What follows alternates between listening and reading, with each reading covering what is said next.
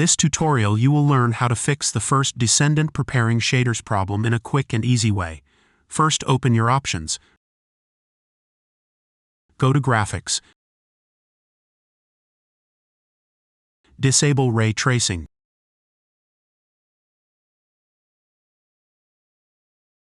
Go back to the main menu. Load the shaders.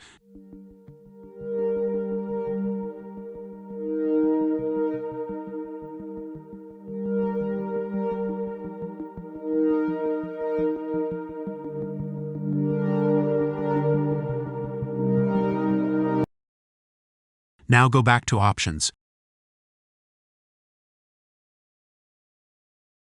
Enable Ray Tracing. Now your problem should be fixed. If this tutorial helped you, don't forget to like and subscribe. Thanks for watching.